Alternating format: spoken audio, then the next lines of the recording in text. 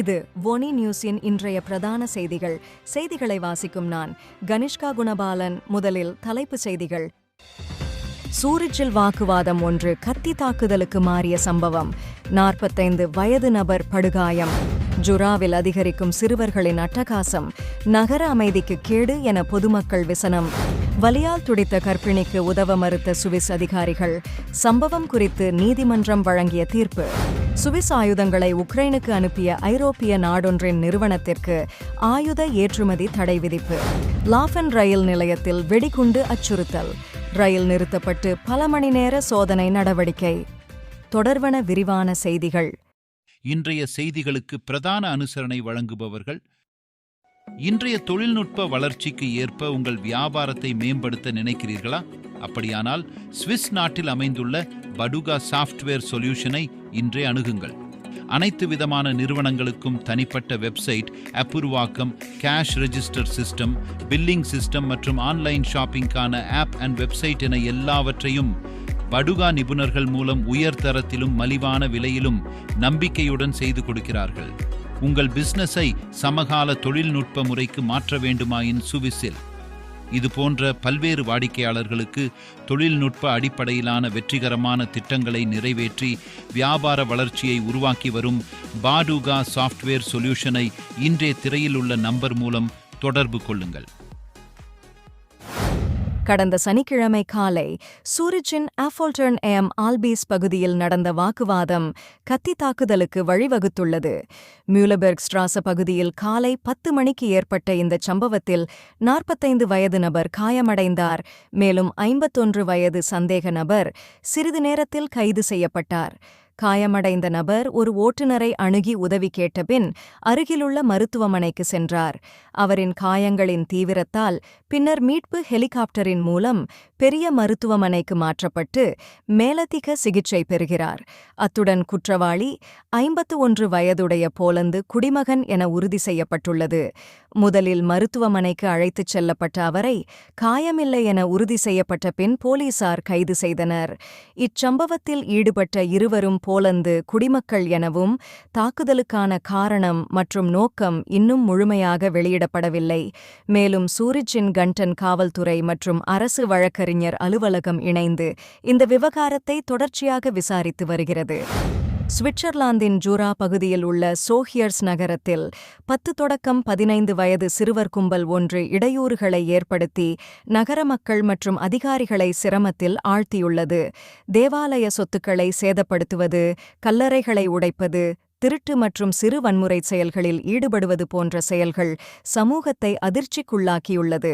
குறிப்பாக மெழுகுவர்த்திகளைக் கொண்டு ஆட்டு மந்தைக்கு தீ வைத்ததற்காகவும் ஒரு பெண்ணின் பையை திருடியது போன்ற குற்றச்செயல்களுக்காகவும் அவர்கள் அடையாளம் காணப்பட்டுள்ளனர். இந்த சூழ்நிலைக்கு போலீசார் ஏற்கனவே 7 முறை சம்பவ இடத்திற்கு அழைக்கப்பட்டுள்ளனர். இத்தகைய செயல்கள் தேவாலயத் தலைவரை வருத்தமடையச் செய்துள்ளதோடு நகரின் அமைதிக்கு பெரிய சவாலாக இருக்கின்றன. மேலும் சிறுவர்கள் இரவில் முகமூடிகளை அணிந்து வெளியே செல்வதோடு கத்தியுடன் நடமாடுவதாகவும் மக்கள் கவலை தெரிவித்துள்ளனர். இந்நிலையில் இந்த செயல்கள் சிறுவர்களால் செய்யப்படுவதால் உள்ளூர் நிர்வாகம் எவ்வாறு நடவடிக்கை எடுக்க வேண்டும் என்பதில் திணறுகிறது.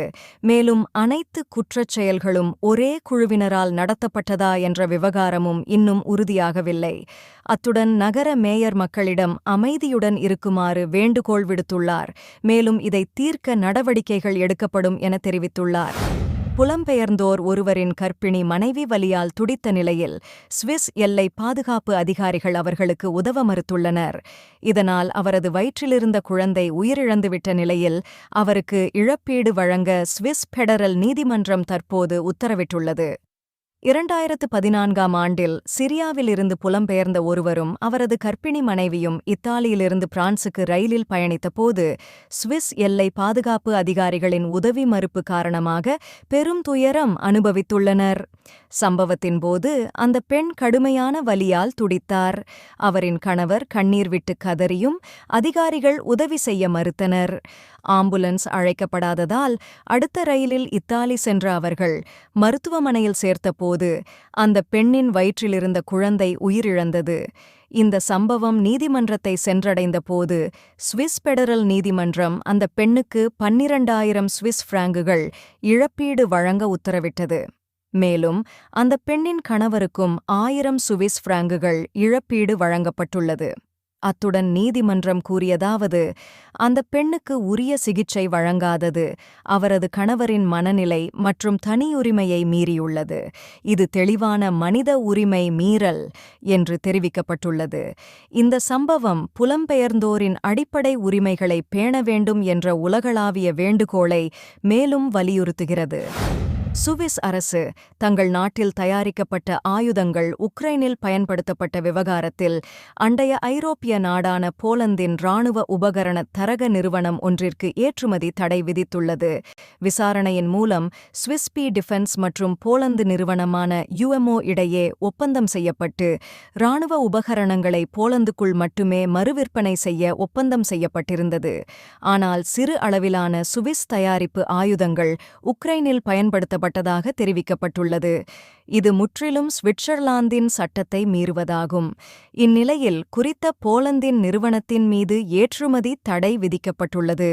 சுவிஸ் பொருளாதார விவகாரங்களுக்கான செயல்முறைச் செயலகம் இதுகுறித்து கூறியதாவது, இந்த போலந்தின் நிறுவனத்திற்கு ஏற்றுமதி செய்யப்படும் பொருட்கள் உக்ரைனுக்கு மாற்றப்பட்டுவிடும் அபாயம் அதிகமாக இருப்பதால் இந்த நடவடிக்கை எடுக்கப்படுகிறது என தெரிவித்தனர். அத்துடன் சுவிஸ் தனது சுதந்திரக் கொள்கையால் அறியப்பட்டது. இராணுவ உபகரணங்களை போரிலுள்ள நாடுகளுக்கு ஏற்றுமதி செய்யும் நடவடிக்கைகள் சட்டவிரோதமாகும் என்பது குறிப்பிடத்தக்கது. லாஃபன்பியல் ரயில் நிலையத்தில் நேற்றைய தினம் மாலை வேளையில் ஒரு வெடிகுண்டு அச்சுறுத்தல் பெரும் பரபரப்பை ஏற்படுத்தியது. இந்த அச்சுறுத்தல் பாசல் லேண்ட்ஷாஃப்ட் காவல்துறையினரின் 3 மணி நேர தேடுதல் நடவடிக்கைக்கு வழிவகுத்தது. அச்சுறுத்தல் தெரிவிக்கப்பட்டவுடனே பாசலிலிருந்து லாஃபென் நோக்கி பயணித்த ரயில் உடனடியாக ரயில் நிலையம் ஒன்றில் நிறுத்தப்பட்டு பயணிகள் அப்புறப்படுத்தப்பட்டனர். மேலும் அந்த ரயில் நிலையம் பாதுகாப்பு நடவடிக்கையாக காலி செய்யப்பட்டதுடன் முழுமையாக சுற்றி வளைக்கப்பட்டது. போலீசார் ரயிலில் விரிவான தேடுதல் நடவடிக்கைகளை மேற்கொண்டனர். ஆனால் எந்த வெடிகுண்டும் காணப்படவில்லை. அதன் பின்னர் அதிகாரிகள் ஆல் கிளியர் என அறிவித்ததுடன் அந்த பகுதி மீண்டும் பொதுமக்கள் பயன்பாட்டுக்கு திறக்கப்பட்டது. அத்துடன் அதிகாரிகள் தற்போது சம்பவம் தொடர்பில் மேலதிக விசாரணை நடத்தி வருகின்றனர். நீங்கள் இதுவரை கேட்டது ஒனி நியூஸின் இன்றைய பிரதான செய்திகள். மேலும் இதுபோன்ற செய்திகளை தொடர்ச்சியாக அறிந்து கொள்ள ஒனி நியூஸுடன் இணைத்திருங்கள். வணக்கம். ஒனி ஆப்புக்கு வரவேற்கின்றோம். உலகம் முழுவதும் உள்ள தமிழர்களை இணைக்கும் ஒரு தமிழர் தளம். உங்களுக்கு அருகில் நடைபெறும் கலாச்சார நிகழ்வுகளை காணவும், உலகெங்கிலும் உள்ள தமிழ் மக்களுடன் உங்கள் நெட்வொர்க்கை விரிவாக்கவும், தமிழ் கலாச்சாரத்தின் பரந்த மரபுகளை அறிந்து கொள்வதுடன் செய்திகள், அருகிலுள்ள வியாபார நிலையங்கள், நாணய மாற்று வீதங்கள் மற்றும் உலகம் முழுவதும் உள்ள தமிழர்களை ஒன்றிணைக்கும் வகையில் பல்வேறு அம்சங்கள் உள்ளன.